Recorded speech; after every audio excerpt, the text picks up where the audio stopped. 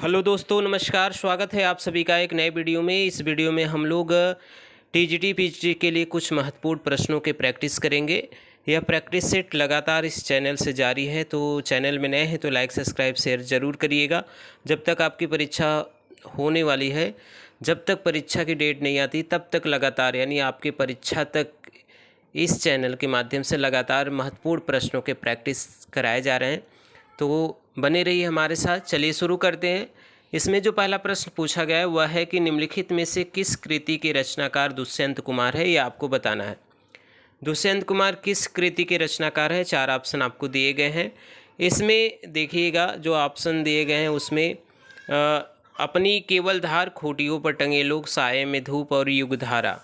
तो यहाँ पे देखिए जो सही उत्तर हो जाएगा वह साये में धूप, यह दुष्यंत कुमार की रचना है। ठीक है। अगर इनके अन्य रचनाओं के बारे में बात करें तो सूर्य का स्वागत, आवाज़ के घेरे, जलते हुए वन का वसंत, यह इनके कुछ महत्वपूर्ण अन्य काव्य संग्रह हैं। और हिंदी कविता में गीत और गज़ल लिखने वाले दुष्यंत कुमार हैं। और युगधारा जो दिखाई दे रहा है ऑप्शन में, वह नागार्जुन की रचना है। खूंटियों पर टंगे लोग, यह सर्वेश्वर दयाल सक्सेना की है। ठीक है, तो इसे ध्यान रखिएगा। चलिए आगे बढ़ते हैं अगले प्रश्न पे। चंपू के 2 भेद हैं, यह पूछा गया कि चंपू के 2 भेद कौन है? 4 ऑप्शन आपको दिए गए हैं। तो इसके 2 भेद हैं विरुद्ध और करंभक। विरुद्ध और करंभक, यहाँ पे ऑप्शन नंबर जो डी दिखाई दे रहा है यह ऑप्शन आपका सही हो जाएगा। चलिए अगले प्रश्न पे चलते हैं। अगला जो प्रश्न है, सतसई काव्य परंपरा को आगे बढ़ाने वालों में कौन है? यहाँ पे दिया गया कि सतसई काव्य परंपरा को आगे बढ़ाने वाले कवियों में किसका नाम आता है? तो 4 ऑप्शन दिया गया। इसमें आपको दिख रहे होंगे Viyogi Hari, option number C में। तो वियोगी हरि जो है वह वीर सतसई नामक एक इनका काव्य है जो सतसई परंपरा को आगे बढ़ाता है। तो यहाँ पे ऑप्शन नंबर यहाँ पे जो सी है वह सही हो जाएगा।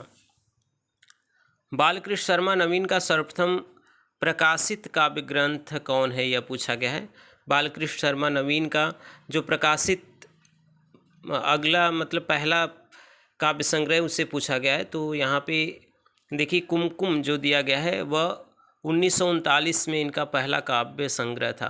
तो यहाँ पे ऑप्शन नंबर जो डी है वह सही हो जाएगा। ठीक है, चलिए अगला प्रश्न देखते हैं। अगला प्रश्न है, काव्य संप्रदायों का सही विकास क्रम क्या है, यह आपको बताना है। यहाँ पे आपको 4 ऑप्शन दिख रहे हैं। काव्य संप्रदायों का सही विकास क्रम यह पूछा गया है। तो यहाँ पे आप सभी जानते हैं कि काव्य संप्रदायों का जो विकास क्रम है, पहले रस आया, फिर अलंकार, फिर रीति, फिर वक्रोक्ति, फिर ध्वनि, फिर औचित्य। तो यहाँ पे ऑप्शन नंबर जो बी आपको दिखाई दे रहा है, रस, अलंकार, रीति, वक्रोक्ति, ध्वनि, औचित्य, तो यह सब ऑप्शन सही है। ठीक है। अब इनके संप्रदाय के बारे में बात करें, कौन प्रवर्तन किए हैं, तो रस संप्रदाय के प्रवर्तक भरत मुनि हैं, अलंकार संप्रदाय के भामा हैं, रीति के वामन हैं, वक्रोक्ति के कुंतक हैं, और ध्वनि संप्रदाय के आनंदवर्धन है, औचित्य संप्रदाय के प्रवर्तक क्षेमेंद्र हैं। ठीक है, इनको भी आप ध्यान रखिएगा। चलिए अगला प्रश्न देखते हैं। अगला प्रश्न पूछा गया है, काव्य के अर्थ वैज्ञानिक विवेचन का शुभ आरंभ किसने किया? काव्य के अर्थ वैज्ञानिक विवेचन का शुभ आरंभ किसने किया था? तो काव्य के अर्थ वैज्ञानिक विवेचन का शुभ आरंभ जो किया गया था वह वामन द्वारा। तो ऑप्शन नंबर यहाँ पे जो ए है वह सही हो जाएगा। ठीक है, चलिए कुछ और जो महत्वपूर्ण प्रश्न है उसको हम देखते हैं। इसमें पूछा गया कि सिद्ध कवियों द्वारा प्रयुक्त भाषा को क्या कहा जाता है? तो सिद्धों की भाषा आप सभी जानते हैं कि ये इनकी जो भाषा है उसको संध्या भाषा कहा जाता है। तो ऑप्शन नंबर डी यहाँ पे सही होगा। अगला प्रश्न है, छायावाद में वक्रता का वैभव मिलता है, प्रसाद के काव्य में निम्नलिखित में से किसका उत्कर्ष मिलता है? तो यहाँ पे जो ऑप्शन दिख रहे हैं आपको, उसमें छायावाद में वक्रता का वैभव प्रसाद के काव्य में मिलता है। ठीक है, प्रसाद के काव्य में मिलता है, और प्रसाद के काव्य में अभिव्यंजना का उत्कर्ष मिलता है। तो यहाँ पे जो ऑप्शन नंबर बी आपको है दिख रहा है, बी अभिव्यंजना, यह सही हो जाएगा। अगला प्रश्न है, निम्नलिखित में से किस आचार्य ने अलंकार और अलंकार में अभेद माना है? अलंकार और अलंकार में अभेद माना है। तो यहाँ पे ऑप्शन नंबर जो डी है, रामचंद्र शुक्ल जी मानते हैं कि यह अलंकार और अलंकार में कोई भेद नहीं है। तो ऑप्शन नंबर यहाँ पे डी सही हो जाएगा। अगला प्रश्न, निम्नलिखित में कौन श्री कृष्ण भक्ति का संप्रदाय नहीं है? यानी जो संप्रदाय ऑप्शन में दिए गए हैं 4 ऑप्शन में, उसमें ऐसे एक संप्रदाय है जो कृष्ण संप्रदाय या कृष्ण भक्ति से संबंधित नहीं है। तो यहाँ पे आपको वल्लभ संप्रदाय, हरिदासी संप्रदाय और गौड़ी संप्रदाय, यह तो कृष्ण संप्रदाय से है, लेकिन तत्सुखी संप्रदाय यहाँ पे जो आपको दिख रहा है ऑप्शन नंबर सी में, यह कृष्ण भक्ति संप्रदाय से संबंधित नहीं है। तो ऑप्शन नंबर सी यहाँ पे सही हो जाएगा। अगला प्रश्न है, लाल तारा की विधा है, पूछा गया है, विधा होनी चाहिए। लाल तारा किस विधा की रचना है, यह पूछा गया है। तो लाल तारा रेखा चित्र है, और रेखा चित्र आप समझते हैं स्केच शब्द का पर्याय होता है, ठीक है, जिसे हिंदी में शब्द चित्र कहते हैं। और रामवृक्ष बेनीपुरी की यह रचना है लाल तारा। तो यह जो रचना है वह रेखा चित्र है, ऑप्शन नंबर ए सही हो जाएगा। ठीक है, इनके अन्य रचनाओं के बारे में बात करें तो माटी की मूर्ति, गेहूं और गुलाब, मील के पत्थर या कुछ अन्य इनके रेखा चित्र हैं, ऑप्शन नंबर यहाँ ए सही हो जाएगा। रीतिकाल को कलाकाल किसने कहा है, यह आपको पूछा गया है। रीतिकाल को कलाकाल, तो रीतिकाल को कलाकाल जो कहा गया है वह रमाशंकर शुक्ल रसाल ने कहा है, और विश्वनाथ प्रसाद मिश्र ने रीतिकाल को श्रृंगार काल कहा है, और मिश्र बंधुओं ने अलंकृत काल कहा है। ठीक है, तो यहाँ पे रीतिकाल को कलाकाल पूछा गया है, तो रमाशंकर शुक्ल रसाल ऑप्शन नंबर जो बी है यह आपका सही हो जाएगा।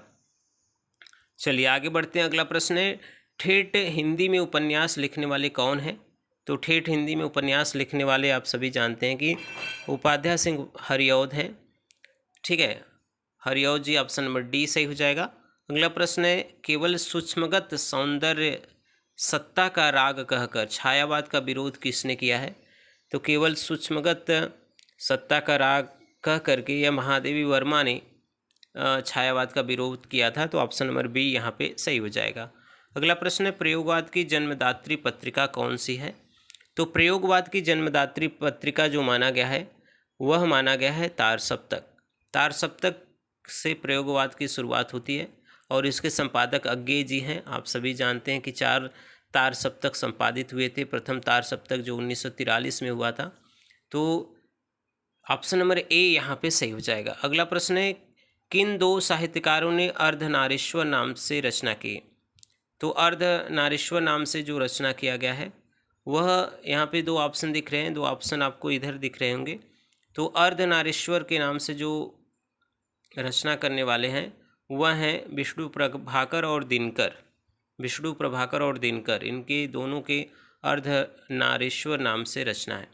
चलिए अगला प्रश्न है, सूफी मत में वर्णित साधक की 4 अवस्थाओं शरीयत, तारिकत, मारिफत, हकीकत की भारतीय भक्ति मार्ग के साथ सही क्रम की संगति क्या होगी, यह आपको बताना है।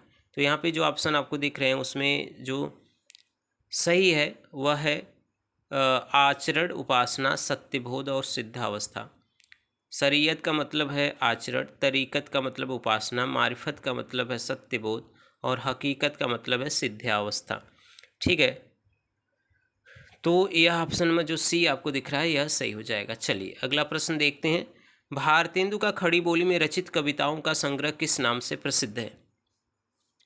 भारतेंदु का खड़ी बोली में रचित कविताओं का संग्रह जो प्रसिद्ध है वह हिंदी में किस नाम से है, यह पूछा गया है। तो इनका जो खड़ी बोली में है फूलों का गुच्छा। ठीक है, फूलों का गुच्छा, ऑप्शन नंबर यहाँ पे जो ए दिख रहा है वह सही हो जाएगा। चलिए अगला प्रश्न है, उत्तर आधुनिक चिंतन की एक निष्पत्ति निम्नलिखित में से क्या है? पूछा गया कि उत्तर आधुनिक चिंतन की एक निष्पत्ति निम्नलिखित में से क्या है? तो उत्तर आधुनिक चिंतन की निष्पत्ति का अर्थ यहाँ पे निरपेक्षता से है, तो ऑप्शन नंबर यहाँ पे जो आपको डी दिख रहा है यानी अर्थ निरपेक्षता, ऑप्शन नंबर डी यहाँ पे सही हो जाएगा।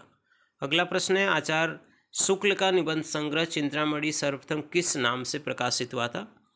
तो चिंतामणि सर्वप्रथम जो प्रकाशित हुआ था वह विचार वीथी नाम से, जो 1930 में प्रकाशित हुआ। तो विचार वीथी जो ऑप्शन नंबर डी आपको दिख रहा है वह सही हो जाएगा। ठीक है, चलिए अगला प्रश्न है, रस को नाट्य तक सीमित रखने का सर्वप्रथम विरोध किसने किया था? रस को नाट्य तक रखने का जो विरोध किया गया था सर्वप्रथम, वह विरोध अभिनवगुप्त ने किया था। तो ऑप्शन नंबर यहाँ पे जो डी है वह सही हो जाएगा। अगला प्रश्न है, वीडी संगार नाटक का अंगिरस कौन सा है? तो वीडी संगार का नाटक का अंगिरस क्या है? वीर रस है, और इसके रचनाकार भट्ट नारायण है। भट्ट नारायण का वीडी संगार है जिसमें वीर रस प्रधान रस है। तो ऑप्शन नंबर ए यहाँ पे सही हो जाएगा। अगला प्रश्न है, हिंदी प्रदीप नामक पत्र निम्न में से किसके द्वारा निकाला गया, यह पूछा गया है। तो हिंदी प्रदीप जो पत्रिका निकलती थी वह बाणभट्ट के द्वारा, बालकृष्ण भट्ट के द्वारा 1844 में इनका जन्म हुआ था प्रयाग में, बालकृष्ण भट्ट का। तो ऑप्शन नंबर यहाँ पे जो बी है वह सही हो जाएगा। अगला प्रश्न देखते हैं, आचार्य रामचंद्र शुक्ल ने प्रेमाख्यान परंपरा का हिंदी में प्रवर्तक या प्रथम कवि किसे माना, यानी शुक्ल के अनुसार पूछा गया है। तो शुक्ल के अनुसार आचार्य रामचंद्र शुक्ल ने कुतुबन को माना है, और इनकी रचना मृगावती जो है वह 1501 में प्रकाशित हुआ था। तो कुतुबन यहाँ पे ऑप्शन नंबर ए सही हो जाएगा। चलिए अगला प्रश्न है, यहाँ पे पूछा गया कि निम्नलिखित कथनों विचार कीजिए, प्रगतिवादी समाजवादी उपन्यास का विषय भी समाज है, परंतु वे समाज की समस्याओं का हल मार्क्सवादी और समाजवादी दृष्टि से करते हैं। यह जो प्रश्न पूछा गया है इसके ऑप्शन यहाँ दिए गए हैं, आप यहाँ से देखिएगा कि, और यहाँ पे दिया गया कि अमृत राय ने नागफनी का देश नामक उपन्यास लिखा। इसमें उपन्यास में से पूछा गया उपयुक्त कथन में से कौन सा कथन सत्य है। तो यहाँ पे दोनों कथन जो है वह सही है, ठीक है। तो ऑप्शन नंबर बी यहाँ पे सही हो जाएगा। अगला प्रश्न है, ठीक है, निम्नलिखित युग्मों पर विचार कीजिए। यहाँ पे दिया गया है, यहाँ पे देखिए रचना और लेखक के नाम दिए गए। दादा कामरेड आप जानते हैं किसका है, यशपाल का है। बोलगा से गंगा कहानी संग्रह राहुल संस्कृत्यान, घरौदा रांगे राघव, ठीक है। तो ऑप्शन नंबर यहाँ पे यह सुमेलित रूप है, यहाँ पे ऑप्शन नंबर जो बी है वह ठीक है, यह सही हो जाएगा। ठीक, चलिए अगला प्रश्न देखते हैं, निम्नलिखित युग्मों पर विचार कीजिए। यहाँ पे दिया गया है, यहाँ पे उपन्यास और लेखक के नाम दिए गए हैं। तो यहाँ पे देखिए गंगा मैया दिया गया है, गंगा मैया भैरव प्रसाद गुप्त का है। बीज जो दिया गया है वह अमृत राय का है, और झूठा सच यशपाल का। तो यह सही सुमेलित है, इसे आप ध्यान से देख लीजिएगा। चलिए अगले प्रश्न पे बढ़ते हैं। यहाँ भी वही तरह के प्रश्न है, सूची 1 को सूची 2 से मिलाना है। यहाँ पे उपन्यास दिए पार्टी कामरेड। तो पार्टी कामरेड किसका है? पार्टी कामरेड है यशपाल का। परती परिकथा फणीश्वरनाथ रेणु का, कब तक पुकारूं, और यहाँ पे कब तक पुकारूं यह रांगे राघव का है। ऑप्शन यहाँ पे दिख रहे हैं, रांगे राघव और बलचनमा फणीश्वरनाथ रेणु। तो पार्टी कामरेड, परती परिकथा यशपाल, परती कथा फणीश्वरनाथ रेणु, कब तक पुकारूं रांगे राघव, बलचनमा नागार्जुन। तो यह सही रूप है, आप इसे ध्यान से समझ लीजिएगा। चलिए अगले प्रश्न पे बढ़ते हैं। उसी तरह के कुछ प्रश्न हैं, यहाँ पे भी दिए गए हैं। सागर और पानी की प्राचीर बहती गंगा। पानी की प्राचीर रामदरस मिश्र का है, बहती गंगा शिव प्रसाद मिश्र का, सागर उदय शंकर भट्ट का। तो इससे भी आप ध्यान रखिएगा, ठीक है। चलिए अगले प्रश्न को देखते हैं। अगला जो प्रश्न है वह क्या है? अगला जो प्रश्न पूछा गया है कि निम्नलिखित युग्मों पर विचार कीजिए। लहरे और मनुष्य, आधा गांव, मसाल दिया हुआ है। तो लहरे और मनुष्य किसका है? उदय शंकर भट्ट का। लहरे और मनुष्य यहाँ पे दिया गया है। आधा गांव राही मासूम रजा का है, यह मसाल भैरव प्रसाद गुप्त का है, और लहरे और मनुष्य अमृत राय का है। तो यह सही सुमेलित है, ठीक है।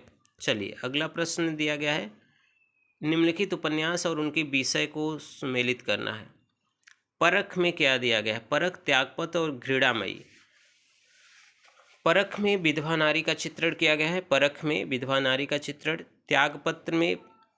त्यागपत्र में जो दिया गया है, और त्यागपत्र में पाप पुण्य की मीमांसा, और घृणामयी में प्रेम की विफलता से उत्पन्न कुंठा। तो यह सही रूप है, आप इसे ध्यान से समझ लीजिएगा। चलिए अगले प्रश्न पे बढ़ते हैं। यहाँ पे देखिए थोड़ा सा प्रश्न को आप ध्यान से समझिएगा।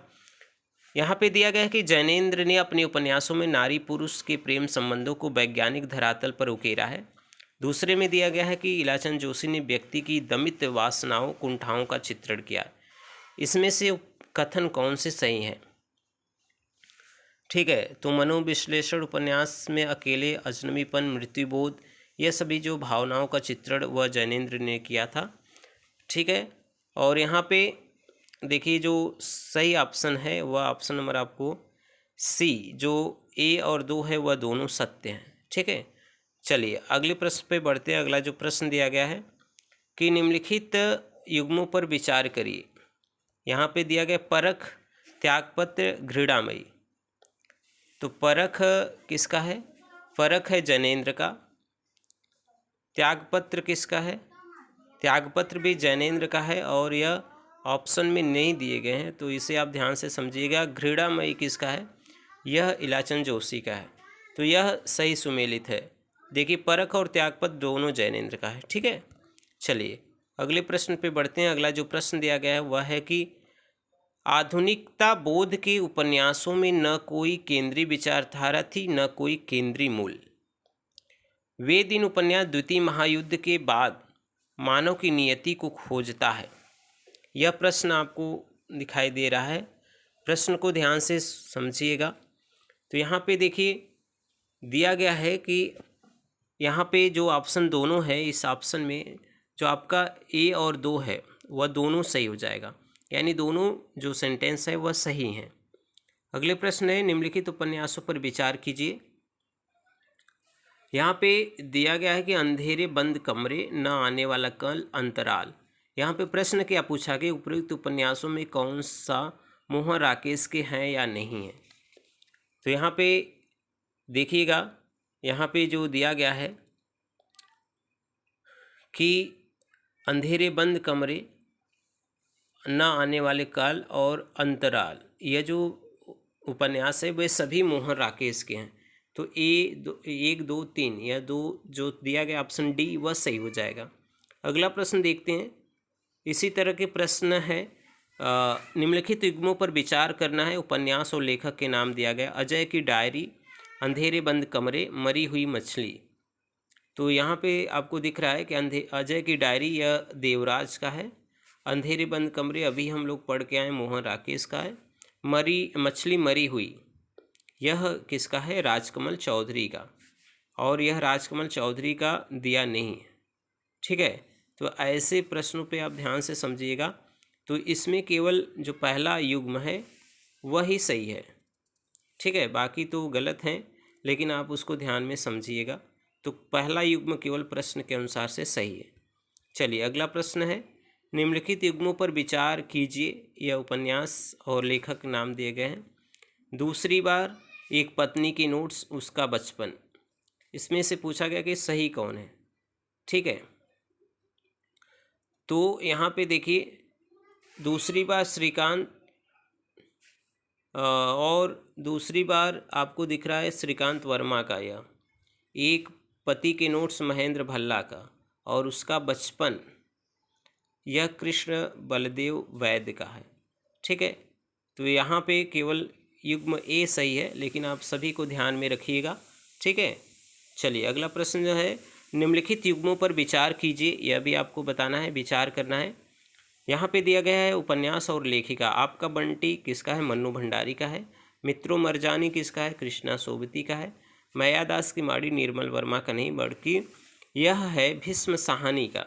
तो यह गलत है। तो यानी पहला और दूसरा जिसमें है, यानी बी ऑप्शन जो दिख रहा है वह सही हो जाएगा। ठीक है, चलिए अगला प्रश्न देखते हैं।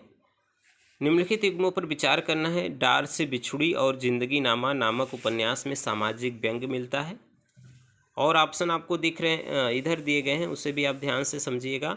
राग दरबार में महानगरी जीवन के यथार्थ की पहचान करवाई गई है। तो यहाँ पे जो आपको उत्तर दिख रहा है, यहाँ पे न तो पहला और न तो दूसरा, कोई भी सही नहीं है। देखिए इसको समझ लीजिएगा कि श्रीलाल शुक्ल के उपन्यास जो राग दरबारी है उसमें सामाजिक व्यंग मिलता है, जबकि डार से बिछड़ी हुई जिंदगी नामा कृष्णा सोबती का उपन्यास है और इसमें महानगर जीवन के यथार्थ का परिचय कराया गया है। ठीक है, तो यहाँ पे जो सही उत्तर है वह डी उत्तर सही है। चलिए अगला प्रश्न देखते हैं। निम्नलिखित जो उपन्यास है उसको समझिएगा। यहाँ पे दिए गए हैं कुरु कुरु स्वाहा। ठीक है, कुरु कुरु स्वाहा दिया गया है, कुरु कुरु स्वाहा मनोहर श्याम जोशी का। और यहाँ पे दूसरा जो है मुझे चांद चाहिए सुरेंद्र वर्मा का। सबसे बड़ा सिपहिया, कुरु कुरु स्वाहा मनोहर श्याम जोशी, मुझे चांद चाहिए सुरेंद्र वर्मा। सबसे बड़ा सिपहिया यह इनका नहीं बल्कि वीरेंद्र जैन का है। ठीक है, तो वीरेंद्र जैन का उपन्यास है। तो यहाँ पे ऑप्शन नंबर जो केवल सही है 1 और 2 सही है। ठीक है, चलिए अगला प्रश्न देखते हैं। इसी तरह के प्रश्न है। मेरी तेरी उसकी बात नामक उपन्यास में यशपाल पीढ़ीगत अंतराल की समस्या को प्रमुखता से उठाते हैं। सुनीता नामक उपन्यास में यह प्रश्न उठाया गया कि नारी को घर से बाहर जाना चाहिए या नहीं। ठीक है, अब देखिए इसमें पूछा गया कि कौन से कथन सही है। तो सी जो दिख रहा है यहाँ पे 1 और 2 दोनों कथन सही है। यानी मेरी तेरी उसकी बात में यशपाल का नारी विषयक उपन्यास है और इसमें इसके माध्यम से यशपाल पीढ़ीगत अंतराल का प्रमुख समस्या उठाते हैं। और इसी प्रकार सुनीता नामक उपन्यास में यह प्रश्न उठाते हैं कि नारी को घर से बाहर जाना चाहिए या नहीं जाना चाहिए। तो दोनों ऑप्शन आपको दिख रहे हैं वह सही है। चलिए अगला प्रश्न है। निम्नलिखित युग्मों पर विचार कीजिए। यहाँ पे आपको फिर से दिया गया है कि उपन्यास और लेखक दिए गए। क्यों फंसे सुखदा कुंतो, यह उपन्यास दिया है। तो क्यों फंसे यह यशपाल का है, सुखदा यह जैनेन्द्र का है, तो यह गलत है। कुंतो किसका है, यह भीष्म साहनी का है। तो इस तरह से केवल ऑप्शन ए सही दिख रहा है, यह भी गलत है, यह भी गलत, केवल यह सही है। तो इसलिए आप ध्यान रखिएगा। लेकिन सुखदा फिर से समझ लीजिए जैनेन्द्र का है, कुंतो भीष्म साहनी का है। ठीक है, अगर इसके मिलान करने के लिए पूछता तो ऐसे आपका यह सही होता। ठीक है, चलिए आपको केवल ध्यान में रखना है। अमिता नामक उपन्यास में विश्व शांति के मुद्दों पर बारीक चिंतन किया गया है और कल्याणी में भारतीय कामकाजी स्त्री को अंकित किया गया है। अमिता नामक उपन्यास में विश्व शांति के मुद्दों पर बारीक चिंतन किया गया है, कल्याणी में भारतीय कामकाजी स्त्री को अंकित किया गया है, यह पूछा गया है। तो यहाँ पे देखिए जो ऑप्शन आपको दिख रहे हैं उसमें से कौन से ऑप्शन सही है। तो 1 और 2 दोनों सही है यहाँ पे। ठीक है, चलिए अगले प्रश्न पे बढ़ते हैं। अगला जो प्रश्न दिया गया है वह कौन सा है उससे हम लोग देखते हैं। क्वेश्चन नंबर 60 यहाँ से हम लोग देखते हैं। क्वेश्चन नंबर 60 दिया है क्या, यशपाल के झूठा सच उपन्यास के विषय में निम्नलिखित कथनों पर विचार कीजिए। यहाँ पे पहला दिया गया कि यह 2 खंडों का उपन्यास है। दूसरा दिया गया कि प्रथम खंड में कांग्रेस की राजनीति के प्रति आलोचना है। दूसरे खंड में हिंदू मुसलमान सामाजिक संस्कृति को संपूर्ण जीवन के साथ प्रस्तुत किया गया है। यह यशपाल के जो उपन्यास झूठा सच है उसके बारे में है। तो यहाँ पे आपको कथनों पे विचार करना है, इसमें से कौन से कथन सही हैं। तो यहाँ पे देखिए केवल यह 2 खंडों का उपन्यास है। ठीक है, और यही सही है। तो ऑप्शन नंबर ए केवल यहाँ पे सही है। चलिए अगले प्रश्न को देखते हैं। अगला प्रश्न है, निम्नलिखित कथनों पर विचार कीजिए। परती परिकथा उपन्यास के लेखक भीष्म साहनी, बसंती उपन्यास के लेखक फणीश्वरनाथ रेणु। तो आप जानते हैं परती परिकथा के लेखक भीष्म साहनी नहीं है, यह है फणीश्वरनाथ रेणु। और बसंती के भी कौन है, बसंती के रेणु नहीं है बल्कि कौन है, भीष्म साहनी है। ठीक है, तो यहाँ पे दोनों कथन गलत है। तो यहाँ पे ऑप्शन हो जाएगा कि न तो 1 न तो 2। ठीक है, चलिए अगला प्रश्न देखते हैं। पृथ्वीराज रासो में किस उपभाषा के प्रारंभिक स्वरूप के दर्शन होते हैं। यह प्रश्न पूछा गया है कि पृथ्वीराज रासो में किस हिंदी उपभाषा के प्रारंभिक रूप के दर्शन होते हैं। तो पृथ्वीराज रासो में जो ब्रज भाषा है उसके दर्शन होते हैं। तो ऑप्शन नंबर बी सही हो जाएगा। अगला प्रश्न देखते हैं, निम्नलिखित में से कौन सा साहित्य ब्रज भाषा से संबंधित है। यहाँ पे ऑप्शन आपको दिए गए हैं, ऑप्शन को ध्यान से समझिएगा। यहाँ पे दिया गया प्राकृत पैगलम, उक्ति व्यक्ति प्रकरण, नाथ साहित्य, खुसरो साहित्य और ब्रज भाषा से संबंधित पूछा गया है। तो उपयुक्त सभी जो उपन्यास है वह ब्रज भाषा से लगभग संबंधित हैं। तो ऑप्शन नंबर यहाँ पे जो डी है वह सही हो जाएगा, यानी कुछ न कुछ स्वरूप इसके मिलते हैं। ठीक, चलिए अगला प्रश्न दिया गया है, इसको ध्यान से देखिएगा। यहाँ पे प्रश्न पूछे गए कि राजस्थानी बोली वास्तव में मारवाड़ी तथा जयपुरी बोलियों का मिश्रण है। दूसरा है कि साहित्यिक समृद्धता और हिंदी से भिन्नता इसे एक भाषा के रूप में मान्यता प्राप्त करने हेतु प्रमुख दावे हैं। तो यहाँ पे देखिए प्रश्नों को ध्यान से आप समझिएगा। राजस्थानी बोली वास्तव में मारवाड़ी तथा जयपुरी बोली का सम्मिश्रण है, तो यह भी सही है। और साहित्यिक समृद्धता और हिंदी से भिन्नता इसे एक भाषा के रूप में मान्यता प्राप्त करने के प्रमुख दावे हैं, तो यह भी सही है। तो यानी दोनों ऑप्शन सही है। तो केवल एक और दो दोनों यहाँ पे जो सी ऑप्शन दिख रहा है वह सही हो जाएगा। ठीक है, चलिए अगला जो प्रश्न है वह देखते हैं। अगले जो प्रश्न पूछे गए हैं, प्रश्नों को थोड़ा सा जटिल बनाने का प्रयास किया गया है।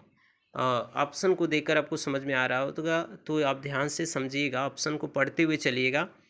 निम्नलिखित कथनों पर विचार करना है। प्रेमचंद ने अपने उपन्यासों में व्यक्ति और उसकी व्यक्तिगत समस्याओं को मुखर किया है। दूसरा ऑप्शन है कि जयशंकर प्रसाद ने अपने उपन्यासों के माध्यम से समाज व सामाजिक समस्याओं को प्रमुखता से उभारा है। ठीक है, तो यहाँ पे कौन से ऑप्शन सही हो जाएगा यह पूछा गया है। तो देखिए यहाँ पे जो दोनों ऑप्शन है यहाँ पे दिया गया है कि प्रेमचंद ने अपने उपन्यासों में, तो प्रेमचंद की परंपरा से अलग हटकर जयशंकर प्रसाद निराला उपन्यास लिखे हैं। तो ऑप्शन नंबर यहाँ पे दोनों जो है वह सही नहीं है, न तो एक न तो दो। ठीक है, चलिए अगला प्रश्न है क्वेश्चन नंबर 66, आप देखिएगा 66। यहाँ पे पूछा गया है कि निम्नलिखित सूचियों को सुमेलित करिए। यहाँ पे आपको उपन्यास दिख रहे हैं और उनके विषय दिख रहे हैं। इस तरह के प्रश्न लगातार बन रहे हैं, तो आप देखिएगा निर्मला जो है वह अनमेल विवाह से संबंधित है। यह कर्मभूमि जो दिया गया है वह अछूतोद्धार से है। भिखारड़ी जो है वह अंतरजाति विवाह से है। और रंगभूमि जो है वह किसानों की समस्या से है। तो यह सही रूप है, इसे आप ध्यान से समझिएगा, यह सही रूप है। चलिए आगे बढ़ते हैं, देखते हैं अगला जो प्रश्न है पूछा गया वह क्या है। अगला प्रश्न है कि निम्नलिखित युग्मों पर विचार करना है। उपन्यास और लेखक के नाम दिए गए। गिरती दीवारें यह किसका है? यह उपेन्द्रनाथ अस्क का। बूंद और समुद्र यह किसका है? अमृतलाल नागर का। देशद्रोही यशपाल का। तो यह सही है। तो इसमें दिया गया है कि अगर ऐसे मिलाया जाए तो गिरती दीवारें किसका है? यह है बूंद और समुद्र अमृतलाल नागर, देशद्रोही यशपाल। तो केवल यहाँ जो तीसरा ऑप्शन होगा वह सही हो जाएगा, यानी केवल सी जो केवल तीसरा है। वैसे भी आप सभी को मिलाकर भी देखिएगा, क्योंकि प्रश्न आपको ध्यान में रहने चाहिए। इसी तरह के प्रश्न पूछे हैं, निम्नलिखित युग्मों पर विचार कीजिए।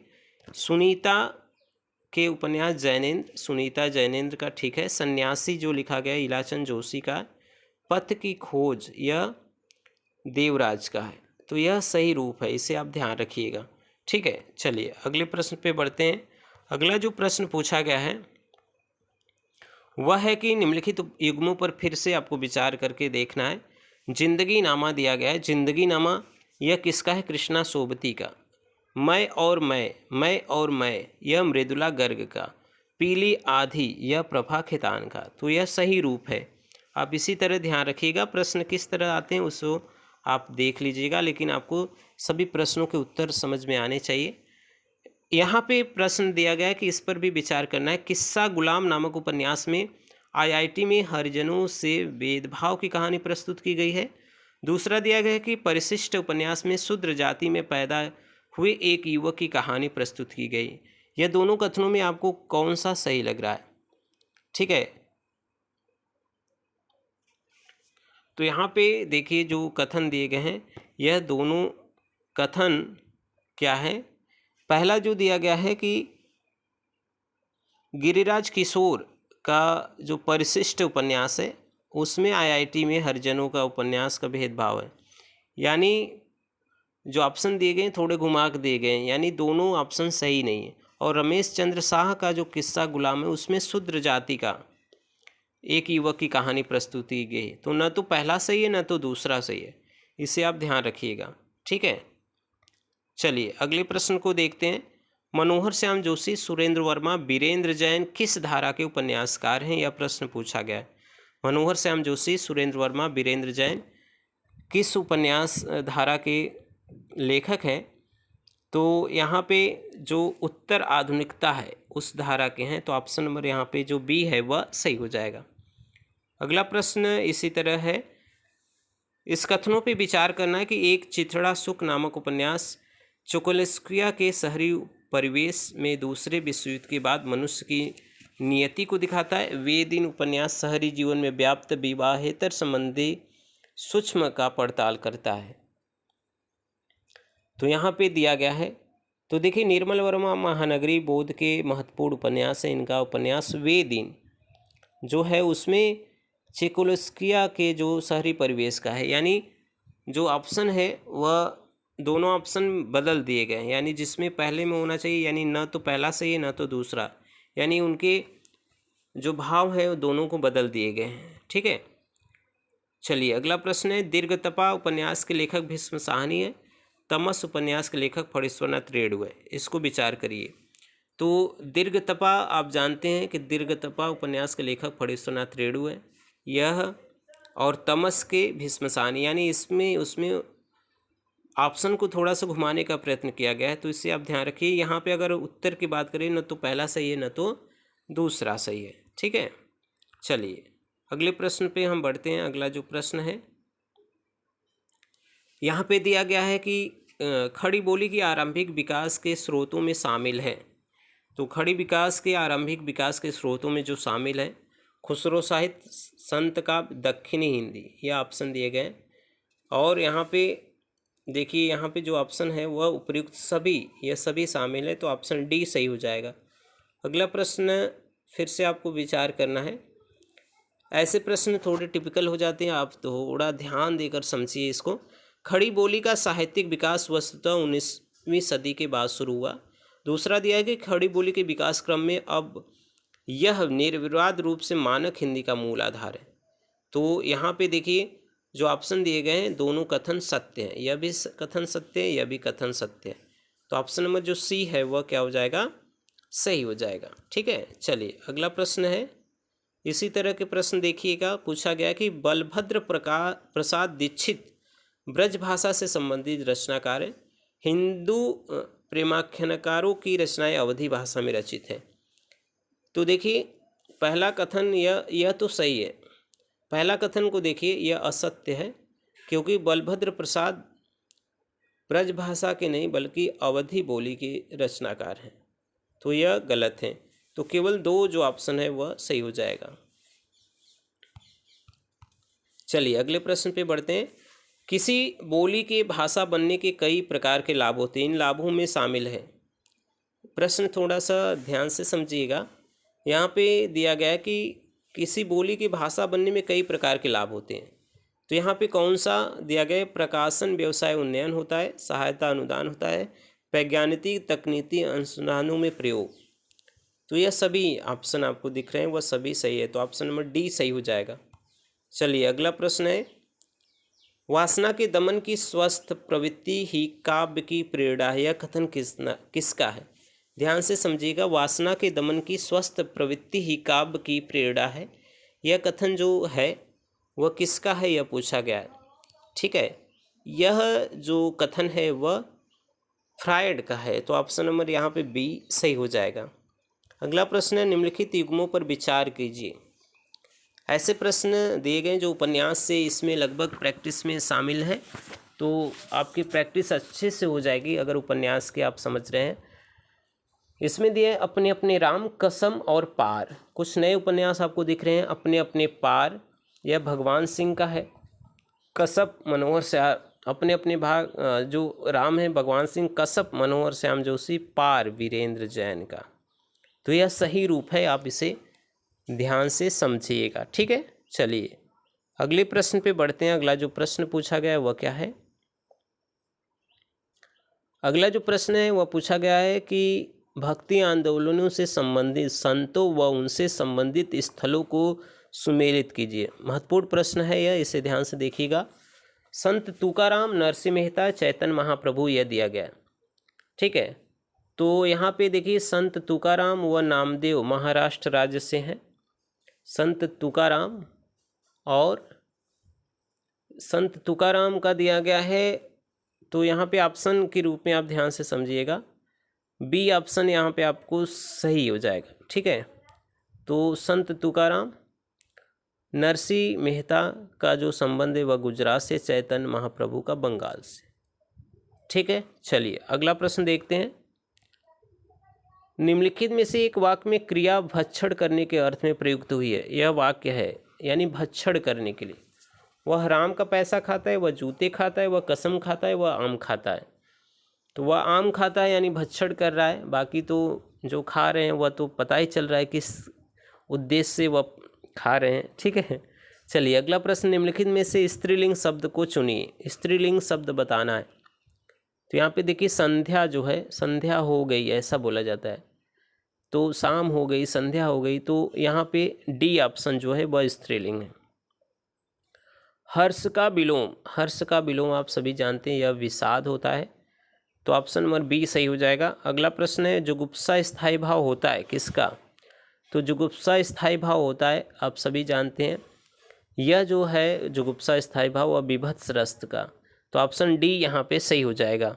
अगला प्रश्न है, जगदीश शब्द का संधि विच्छेद होगा। तो जगत प्लस ईश से जगदीश बनाए, लेकिन सही ऑप्शन आपको दिख रहा है ऑप्शन नंबर बी में। ठीक है, ईश में बड़ी ई होती है। बड़े बड़ाई ना करे, बड़े न बोले बोल, रहीमन हीरा कब कहे लाख टके का मोल।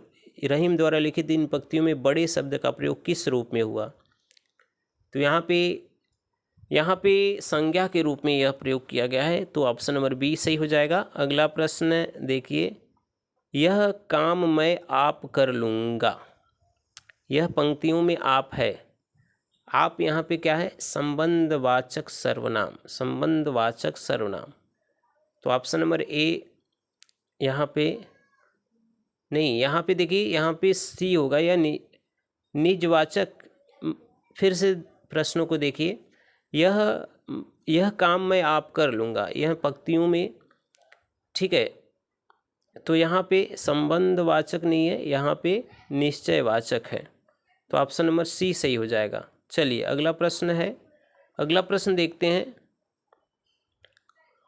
उबटन शब्द का तत्सम रूप पूछा गया। उबटन, उबटन का आप सभी जानते हैं ऊर्ध्वतन होता है, ऊर्ध्वतन, ऊर्ध्वतन। यहाँ पे जो सही रूप है यहाँ पे दिया गया ऊर्ध्वतन, यह सही रूप में लिखा है। ठीक है, चलिए हिंदी भाषा में वचन कितने होते हैं? तो हिंदी भाषा में केवल 2 वचन होते हैं, एक वचन बहुवचन।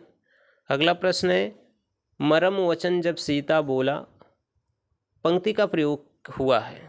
यहाँ पे पूछा गया है मरम वचन जब सीता बोला, पंक्ति का प्रयोग कर्मवाच्य में, कर्तव्यवाच्य में, भाववाच्य में। तो यहाँ पे जो है, ठीक है, तो यहाँ पे देखिए यह भाववाच्य है।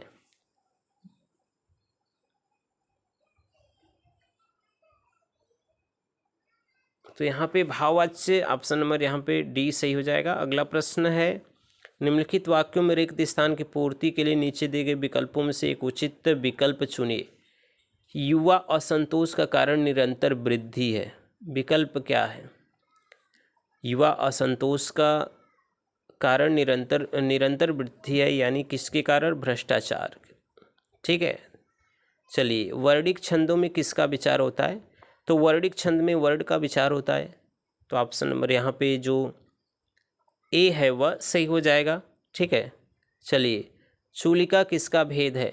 तो यह प्रश्न पूछा गया है, चूलिका किसका भेद है? तो चूलिका है प्राकृत का, ऑप्शन नंबर बी यह सही हो जाएगा। अगला प्रश्न है, राधा गीत गाएगी, वाक्य में काल पहचानिए। राधा गीत गाएगी, तो यह सामान्य भविष्य काल है। अगला प्रश्न है, आचार्य किशोरीदास वाजपेयी के मत में हिंदी के कारक कितने हैं? हिंदी के कारक पूछे गए तो यह 6 कारक बताया गया है उनके द्वारा, तो ऑप्शन नंबर ए यहाँ पे सही हो जाएगा। यह कुछ महत्वपूर्ण प्रश्नों का संकलन इस वीडियो में था। इसी तरह के महत्वपूर्ण प्रश्नों को लेकर हम फिर से उपस्थित होंगे एक नए वीडियो में। तब तक के लिए आप सभी का बहुत बहुत धन्यवाद।